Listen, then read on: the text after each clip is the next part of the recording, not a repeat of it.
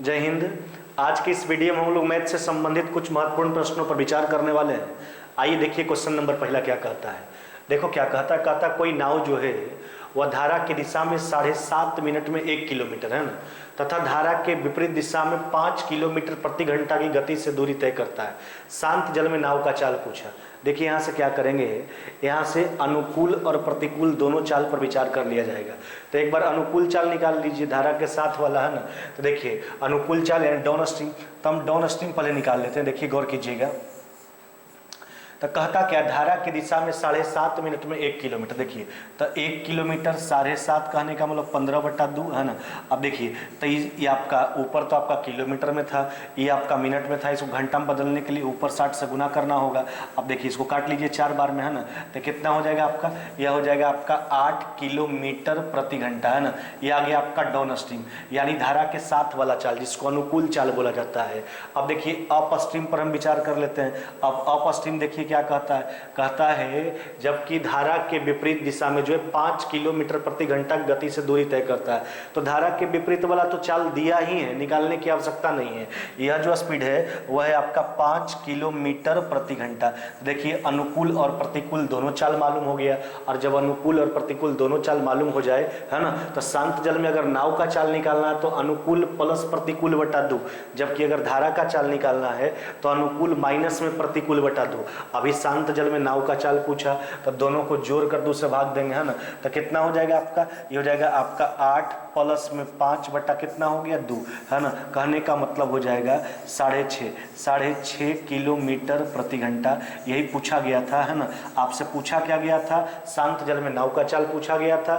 तो अगर अनुकूल और प्रतिकूल दोनों मालूम है तो उस स्थिति में शांत जल में नाव का चाल जो होता है वो होता है अनुकूल प्लस प्रतिकूल बटा 2। आपका उत्तर हो जाएगा 6.5 किलोमीटर प्रति घंटा है ना। आइए अगला क्वेश्चन पर विचार करते हैं। देखिए क्या कहता है एक वर्ग की भुजा की लंबाई 14 सेंटीमीटर है। वर्ग के शीर्षों को केंद्र लेते हुए 4 वृत्त खींचा गया जिनमें से प्रत्येक का त्रिज्या 7 सेंटीमीटर है। तो कहता है वर्ग के उस भाग का क्षेत्रफल ज्ञात कीजिए जो किसी भी वृत्त का अंतर्भाग नहीं है। अब देखिए बात समझिए है ना, अब यहाँ पर बात समझिएगा, एक वर्ग का जो बात किया गया है ना। अब यहाँ पर ध्यान दीजिएगा, यहाँ पर चर्चा एक वर्ग का किया गया है। अब सोचो तो ये वर्ग का भुजा 14 था।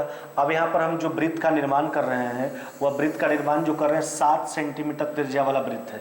अब इसको ध्यान दीजिएगा, तो 7 सेंटीमीटर त्रिज्या वाला वृत्त है यानी दोनों चारों वृत्त जो है दूसरे को स्पर्श कर जाएगा है ना। अब देखिए ऐसा केस किया गया आपके साथ है ना, यहाँ पर जो बात किया गया है फिर से देख लीजिए, एक वर्ग का बात किया गया था है ना। अब एक वर्ग का हम बात करते हैं और इस वर्ग का भुजा कितना था 14। अब इसमें 4 वृत्त का निर्माण किया गया 7 सेंटीमीटर त्रिज्या वाला। अब 7 सेंटीमीटर त्रिज्या वाला 4 वृत्त का निर्माण कर लीजिए आप है ना। 4 वृत्त का निर्माण किया गया है 7 सेंटीमीटर त्रिज्या वाला। तो 14 सेंटीमीटर आपका पूरा जो था वह वर्ग का भुजा था। इस 7 सेंटीमीटर त्रिज्या वाला जो है हम वृत्त खींच रहे हैं यानी प्रत्येक वृत्त एक दूसरे को स्पर्श कर लिया है ना। अब देखिए हमसे कहता है इस बीच वाले भाग का क्षेत्रफल बताना है। देखिए हमसे क्या कहता है उस भाग का क्षेत्रफल ज्ञात के जो किसी भी वृत्त का अंतर्भाग नहीं है। अब देखिए बात समझिए, तो इसको क्या करेंगे, एक वर्ग का क्षेत्रफल निकाल। अब जहां तक वर्ग का प्रत्येक कोण का सवाल है, वर्ग का प्रत्येक कोण कितना हो जाएगा 90 डिग्री। तो यहाँ पर हम क्या करेंगे, एक वर्ग का क्षेत्रफल निकाल लेंगे और उसमें चारों त्रिज्यखंड के क्षेत्रफल को क्या करेंगे, घटाएंगे। और चारों त्रिज्यखंड जो है समान है आपका 90 डिग्री वाला। तो 90 डिग्री यानी 90 डिग्री का 4 त्रिज्यखंड यानी 360 डिग्री, यानी एक वृत्त का क्षेत्रफल घटा लिया जाएगा।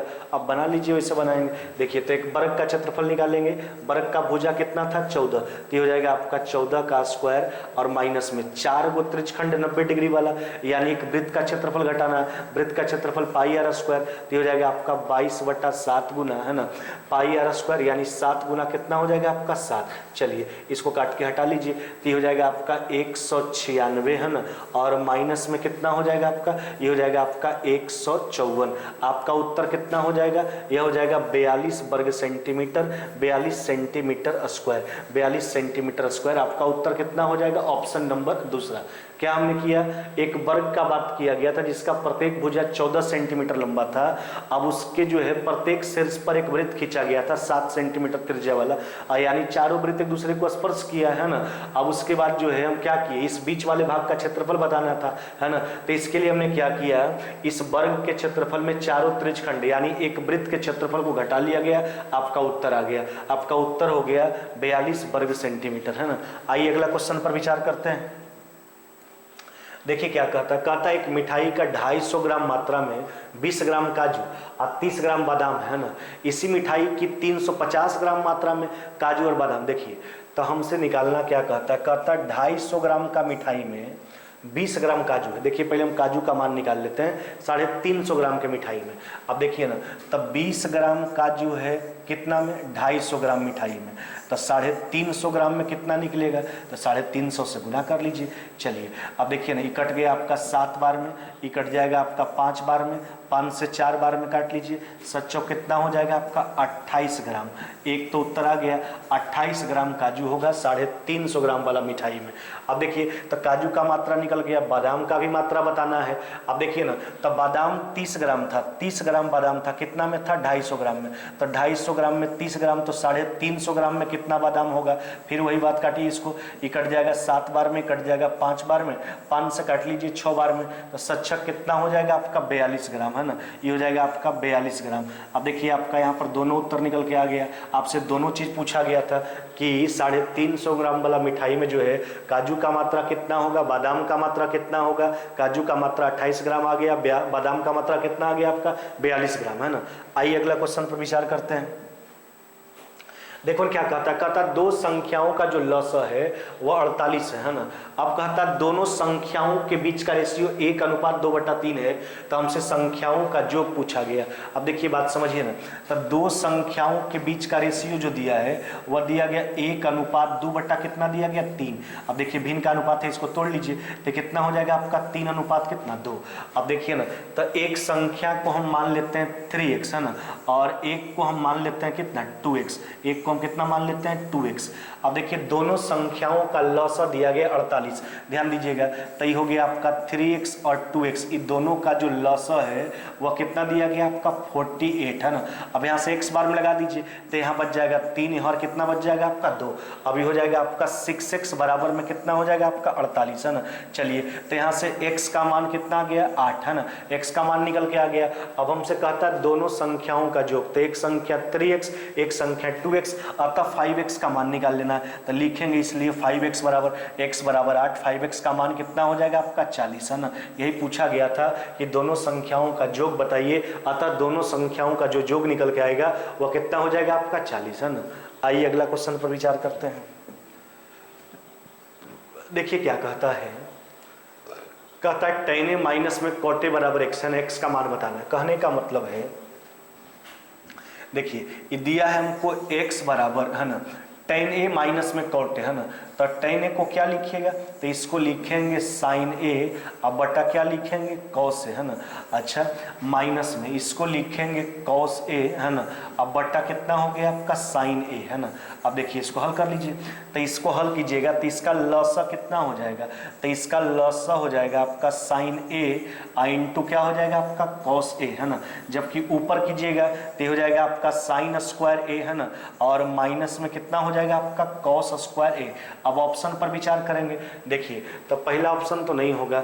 अब देखिए इसको क्या कीजिए ना, दोनों को cos में कन्वर्ट कर लेते हैं। साइन के रूप में भी वैसा उत्तर नहीं दिया गया, तो इसको cos के रूप में क्या लिखेंगे 1 माइनस में cos स्क्वायर a, एक cos स्क्वायर a पहले से है, तो ये हल होके हो जाएगा आपका 1 माइनस में 2 cos स्क्वायर a, है ना। कितना हो जाएगा आपका, ये हो जाएगा 1 माइनस में 2 cos स्क्वायर a, है ना। अब बराबर बटा में यह हो जाएगा आपका sin a, है ना, इंटू क्या हो जाएगा आपका cos a, sin a into cos a, है ना। यही आपका उत्तर हो जाएगा 1 माइनस में 2 cos स्क्वायर a बटा sin a into cos a, है ना। आपका उत्तर हो जाएगा ऑप्शन नंबर तीसरा, है ना, ऑप्शन नंबर तीसरा। आइए अगला क्वेश्चन पर विचार करते हैं। देखिए क्या कहता है, कहता है दो बस का बात किया गया, है ना। कहता है x और y जो है ना, कहता है एक ही स्थान से एक ही दिशा में बी क्रमशः 20 किलोमीटर प्रति घंटा और 50 किलोमीटर प्रति घंटा की चाल से जो है चलता है, लेकिन बाई एक्स के जाने के 6 घंटा बाद चलता है। शुरुआती स्थान से कितना दूरी पर जो है कहता है दोनों बसें जो है जाकर मिलेगा, क्योंकि बाई का स्पीड जो है ज़्यादा है। अच्छा, हम पहले समय निकाल लेंगे, है ना। समय क्या निकालेंगे कि उसको मिलने में कितना समय लगेगा। अब एक बात सोचिए, तो जब तक बाई चलना नहीं शुरू किया था तब तक दोनों के बीच का डिफरेंस कितना हो चुका था।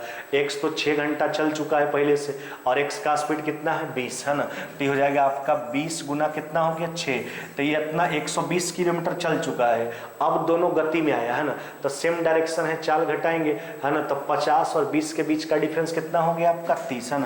अब चलिए इसको हल कर लीजिए, तो देखिए ना, तो ये हो गया आपका 120, 4 बार में कट जाएगा, यानी कहने का मतलब कितना हो गया आपका 4 घंटा। यह निकल के आया क्या कि 4 घंटा बाद जो है दोनों एक दूसरे से मिलेगा।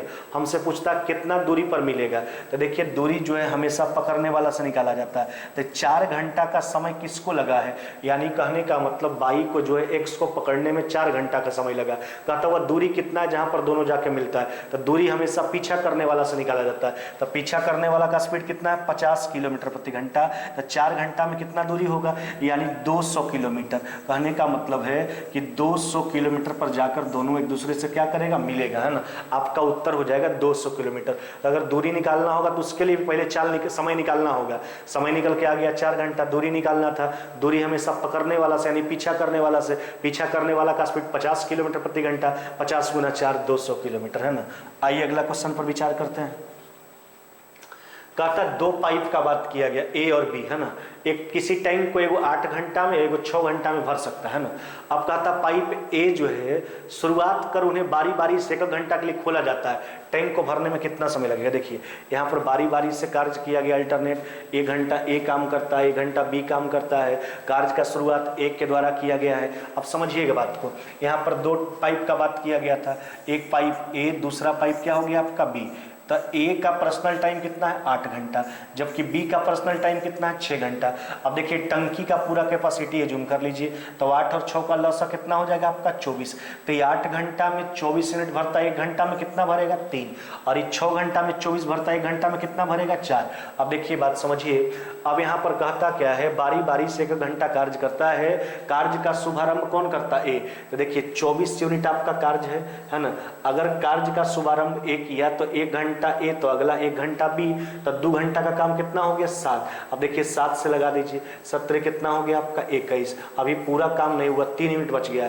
देखिए 2 घंटा के काम से भाग लगाए हैं तो इधर 2 से गुना करना पड़ेगा, है ना। तो 6 घंटा पूरा निकल के आ गया, फिर भी अभी काम कंप्लीट नहीं हुआ, ध्यान दीजिएगा। तो 6 घंटा लग चुका है, अभी 3 यूनिट काम बचा है। देखिए तो अल्टरनेट काम करवा रहे हैं, तो ए बी का सीरीज जब कंप्लीट होगा तो फिर वापस काम का शुरुआत ए करेगा, तो 3 यूनिट काम ए से ही करवाना है। एक घंटा का काम कितना हो जाएगा 3।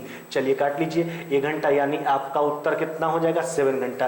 कहने का मतलब है कि अगर दोनों अल्टरनेट काम करें और कार्य का शुभारंभ जो है अगर ए के द्वारा किया जाए तो टैंक को भरने में लगा जो समय होगा वह समय कितना हो जाएगा आपका 7 घंटा, है ना। आपका उत्तर हो जाएगा ऑप्शन नंबर क्या हो जाएगा आपका 4, है ना। चलिए आइए अगला क्वेश्चन पर विचार करते हैं। देखिए ना कहता क्या है, ऐसे प्रश्नों में केवल दशमलव का हेराफेरी होता है। देखिए 1/43.21 का मान दिया है और हमसे कहता 1/0.000432 का मान पूछा गया। देखिए ऐसे प्रश्न क्या करते हैं, जिसका मान निकालना होता है पहले उसको लिखिए 1/0.000, है ना। ये हो गया आपका 4, है ना, 3 2 1, है ना। देखिए इसका मान निकालना है, फिर जिसका मान दिया गया उसको लिख दीजिए 1/43 कितना हो गया आपका 2। अब देखिए बात ध्यान रखिएगा, तो इसका तो मान निकालना ही है। हम क्या बोले, पहले जिसका मान निकालना है उसको लिखिए, फिर जिसका मान दिया गया उसको लिख दीजिए। अब इसको इसके बराबर करना है। अब देखिए आप जानते हैं कि जब दशमलव को हम हटाते हैं तो उसके विपरीत में उतना शून्य का प्रयोग करते हैं, लेकिन जब दशमलव को बढ़ाना होता है तो उसके बगल में ही उतना शून्य से गुना किया जाता है। अब देखो ना, तो ऊपर तो ठीक है, नीचे विचार कर लीजिए। तो 2 2 4 2 6 1 7, तो पहले 7 अंक दशमलव था, अब मात्र बचा 2 अंक दशमलव, यानी 5 अंक दशमलव हटा है, तो इसके विपरीत में 5 शून्य चाहिए, है ना, तो 5 शून्य का प्रयोग कर दी इसके विपरीत में। अब देख भी सकते हैं आप, 5 शून्य से जैसे ही भाग लगाइएगा तो 2 अंक दशमलव 7 अंक दशमलव हो जाएगा, दोनों मान आपस में बराबर हो जाएगा। अब इसके मान का प्रयोग कर लेना है ना। अब इसका मान का देखिए, तो इसका जो मान दिया गया वह दिया गया 0.023114, है ना, गुना ये हो जाएगा आपका 1 पर कई शून्य 5 शून्य, तो हो जाएगा 2 2 4 1 कितना 5। अब देखिए तब 5 अंक दशमलव है, 5 शून्य पूरा पूरी कट जाएगा, आपका उत्तर कितना हो जाएगा, ये हो जाएगा आपका 2314, है ना, यानी 2314 आपका उत्तर हो जाएगा ऑप्शन नंबर दूसरा। तो हम क्या बोले, फिर से ध्यान दीजिएगा, हमने बोला जब भी ऐसा प्रश्न पूछा जाए तो केवल दशमलव का हेराफेरी होता है, तो जिसका मान निकालना होता है पहले उसको लिख लीजिए, उसके बाद जिसका मान दिया गया उसको लिखिए, है ना। अब इसको बराबर करते हैं, इसके नियम आप इसमें जानते हो, जब दशमलव को हटाते हैं तो उसके विपरीत में उतना शून्य का प्रयोग करते हैं, और जब दशमलव को बढ़ाते हैं तो उसके बगल में ही उतना शून्य से गुना किया जाता है। तो ऊपर तो ठीक था, नीचे 7 अंक दशमलव था, यहाँ केवल 2 अंक बचा, 5 अंक हटा था, इसलिए हमने इसके विपरीत में 5 शून्य का प्रयोग कर लिया। अब इसके मान का प्रयोग कीजिए और 5 शून्य से गुना कर लीजिए, आपका रिजल्ट आ गया 2314, है ना, ऑप्शन नंबर दूसरा। आइए अगला क्वेश्चन पर विचार करते हैं। देखिए क्या कहता है, कहता है एक व्यक्ति 6000 रुपया और 10,000 रुपया को जो है समान दर पर 2 वर्ष के लिए साधारण ब्याज पर उधार देता है। देखिए अब क्या कहता है, यदि दोनों धनों से प्राप्त ब्याज का अंतर 680 रुपया ब्याज का दर पूछा। अच्छा एक बात सोच के देखिए, यहाँ पर जो है एक व्यक्ति 6000 रुपया 10,000 रुपया को समान दर पर, देखिए ना आपका रेट बराबर है, समय भी बराबर है ना। अब कहता क्या है, तो अंतर जो ब्याज में हो जाता, देखिए रेट आपका बराबर है दोनों स्थिति में, समय 2 साल है दोनों स्थिति में, फिर ब्याज में अंतर होने का कारण क्या है, तो ब्याज में अंतर होने का कारण एक ही स्थिति बन रहा है कि दोनों का प्रिंसिपल डिफरेंस है, एक का प्रिंसिपल 6000, एक का कितना 10,000, तो ब्याज में अंतर क्यों हुआ, तो वही 4000 के कारण हुआ होगा। तो आपसे रेट पूछा गया, दर पूछा गया, ध्यान दीजिएगा, तो ब्याज में जो अंतर हुआ कितना का हुआ आपका 680 रुपया का। तो इसका कारण क्या है, 4000 डिफरेंस, है ना, यानी 4000 के कारण 680 रुपया का डिफरेंस हुआ, और कितना साल में हुआ, 2 साल में, है ना। चलिए दर निकाल लेंगे, है ना, 3 शून्य काट के हटा दीजिए। अब यहाँ से 4 से काट लीजिए 17 बार में, 17/2 कितना हो जाएगा आपका 8 दशमलव कितना हो जाएगा आपका 5%, है ना, कितना हो जाएगा आपका 8.5%। हमने क्या बोला कि सोचिए आपका समय बराबर है, दर बराबर है, तो आखिरकार ब्याज में अंतर होने का कारण क्या है, तो ब्याज में अंतर होने का कारण दोनों का प्रिंसिपल डिफरेंस है, एक का 6000 एक का 10,000, तो वही 4000 के कारण जो है ना 2 साल में 680 रुपया ब्याज का डिफरेंस हो जा रहा है। रेट आपसे पूछा गया था, रेट कितना हो जाएगा आपका 8.5%, है ना, आपका उत्तर हो जाएगा ऑप्शन नंबर पहला, है ना। आइए अगला क्वेश्चन पर विचार करते हैं। देखिए क्या कहता है, कहता है एक पुलिसकर्मी जो है एक चोर को 250 मीटर की दूरी से रोकता है। कहने का मतलब है कि अगर चोर 250 मीटर उससे दूर भी होगा तो भी पुलिसकर्मी उसको पकड़ लेगा। अब क्या कहता है, कहता है जब पुलिसकर्मी जो है चोर का पीछा आरंभ कर देता है, पीछा करना, तो चोर भी भागना आरंभ कर देता है। यदि चोर की चाल 7.5 किलोमीटर प्रति घंटा है और पुलिसकर्मी की चाल 10 किलोमीटर प्रति घंटा, तो वह चोर को कितना समय पकड़ लेगा। अब देखिए बात समझिए, समय पूछा गया तो दोनों के बीच का दूरी कितना है 250 मीटर, है ना। अब देखिए तो इसको किलोमीटर में एक्सचेंज करने के लिए 1000 से भाग दे दिए। अब देखिए तो दोनों के बीच का दूरी हो गया, तो पुलिसकर्मी तो पकड़ लेगा क्योंकि पुलिसकर्मी का जो स्पीड है वह ज़्यादा है ना। पुलिसकर्मी का स्पीड है 10, चोर कैसे भाग रहा है 7.5 के स्पीड से, तो सेम डायरेक्शन है, चाल घटाएंगे तो 7.5 और 10 के बीच का डिफरेंस कितना हो गया 2.5। तो देखिए 2.5 से भाग लगा दीजिए। देखिए तो इसको हमने किलोमीटर में बदल दिया था, तो समय बराबर दूरी बटा चाल। अब देखिए तो यहाँ से हल करेंगे, तो यहाँ से देखिए ना, तो 2 शून्य से गुना कर लेंगे, तो 2 शून्य से जैसे ही गुना कीजिएगा इसमें, तो ये भी 250 हो जाएगा। 250 से 250 कट गया, आपका उत्तर कितना हो जाएगा 1 कितना हो जाएगा 10 घंटा। तो आपका उत्तर है 1/10 घंटा। कहने का मतलब 1/10 घंटा तो आपके ऑप्शन में गिवन नहीं है, इसको मिनट में कन्वर्ट करेंगे तो 60 से जैसा ही गुना कीजिएगा तो कितना हो जाएगा आपका 6 मिनट, आपका उत्तर हो जाएगा 6 मिनट। कहने का मतलब है कि पुलिसकर्मी जो है चोर को कितना देर में पकड़ लेगा, 6 मिनट में पकड़ लेगा, है ना। फिर से एक बार देख लीजिए, कहने का मतलब 250 मीटर का डिफरेंस था पुलिसकर्मी और चोर के बीच में, तो उसको हमने किलोमीटर में कन्वर्ट कर लिया, है ना। अच्छा पुलिसकर्मी उसको पकड़ लेगा क्योंकि उसका स्पीड ज़्यादा था, उसका स्पीड 10 था, चोर भागा था 7.5 की स्पीड से, सेम डायरेक्शन था, हमने चाल घटाया, समय बराबर दूरी बटा चाल। आपका उत्तर है 1/10 घंटा, है ना। घंटा में ऑप्शन तो नहीं गिवन था, मिनट में दिया गया था, उसको मिनट में कन्वर्ट करने के लिए मैं 60 से गुना कर लिया, आपका उत्तर आ गया 6 मिनट, है ना। चलिए 6 मिनट यानी ऑप्शन नंबर क्या हो जाएगा आपका तीसरा, है ना। आज के वीडियो में बस इतना ही, मिलते हैं आगे नेक्स्ट वीडियो में।